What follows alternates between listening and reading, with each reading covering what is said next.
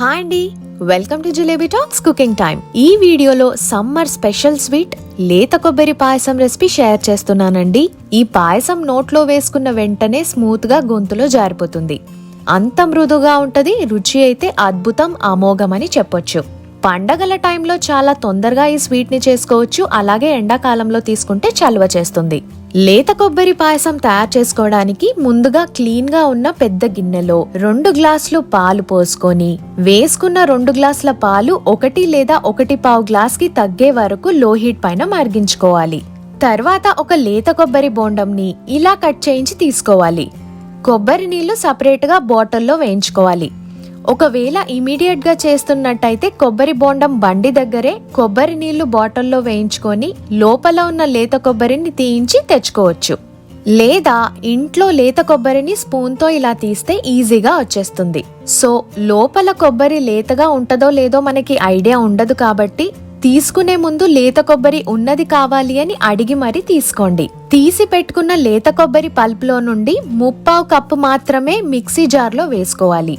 పక్కన తీసి పెట్టుకున్న కొబ్బరి నీళ్లు కూడా యాడ్ చేసి కచ్చాపచ్చాగా రుబ్బుకోవాలి. మరుగుతున్న పాలు సగం క్వాంటిటీలోకి వచ్చిన తర్వాత రుబ్బి పెట్టుకున్న లేత కొబ్బరి పల్ప్ యాడ్ చేసుకొని చక్కగా 2 నిమిషాలు కలపాలి. కొబ్బరి నీళ్లు ఏవైనా మిగిలిపోతే కొబ్బరి పల్ప్ వేసిన తర్వాత యాడ్ చేసుకుంటే బాగుంటది. నార్మల్ వాటర్ అస్సలు యాడ్ చేయకండి. కొబ్బరి నీళ్లు యాడ్ చేస్తేనే ఈ పాయసంకి బాగుంటది. ఇప్పుడు కొన్ని కుంకుమ పువ్వు రెమ్మలు యాడ్ చేసి కలిపి పొంగు వచ్చే వరకు మరిగించుకోవాలి. పొంగు వస్తున్న టైంలో 1 గ్లాస్ కొబ్బరి పాలు పోసుకొని 2 నిమిషాలు మిక్స్ చేసుకోవాలి. ఈ కొబ్బరి పాలు నేను రెడీమేడ్ టిన్లో నుండి యూజ్ చేస్తున్నానండి. మీరు ఫ్రెష్ గా కావాలంటే ఇంట్లో కొబ్బరికాయతో కొబ్బరి పాలు తీసుకున్నవి యాడ్ చేసుకోవచ్చు. తర్వాత ఇందులో రుచికి తగ్గట్టుగా షుగర్ యాడ్ చేసి కలపాలి. షుగర్ చూసి యాడ్ చేయాలండి. లేత కొబ్బరి మరియు కొబ్బరి నీళ్లు తీయగా ఉంటాయి కదా, సో ఎక్కువ షుగర్ వేసుకునే అవసరం ఉండకపోవచ్చు. చూసి యాడ్ చేయాలి. ఇప్పుడు మళ్ళీ పొంగు వచ్చే వరకు మరిగించుకొని మిగిలిన లేత కొబ్బరిని చిన్న పీసెస్ లా కట్ చేసుకొని పాలల్లో వేసి మంచిగా కలిపి పెట్టుకోవాలి.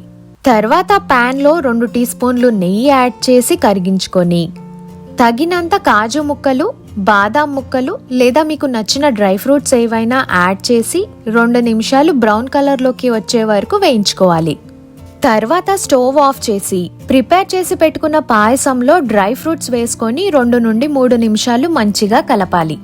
ఇప్పుడు పాయసం కంప్లీట్ గా చల్లారిన తర్వాత ఫ్రిడ్జ్ లో 2 గంటలు పెట్టి తీస్తే కమ్మగా ఉండే లేత కొబ్బరి పాయసం రెడీ. ఇది చల్లగా తింటే చాలా చాలా టేస్టీగా ఉంటదండి. వేడి పైన కూడా తినొచ్చు, బాగుంటది. ఫ్రిడ్జ్ లో పెట్టుకుంటే 2 రోజులు మంచిగా ఫ్రెష్ గా ఉంటది.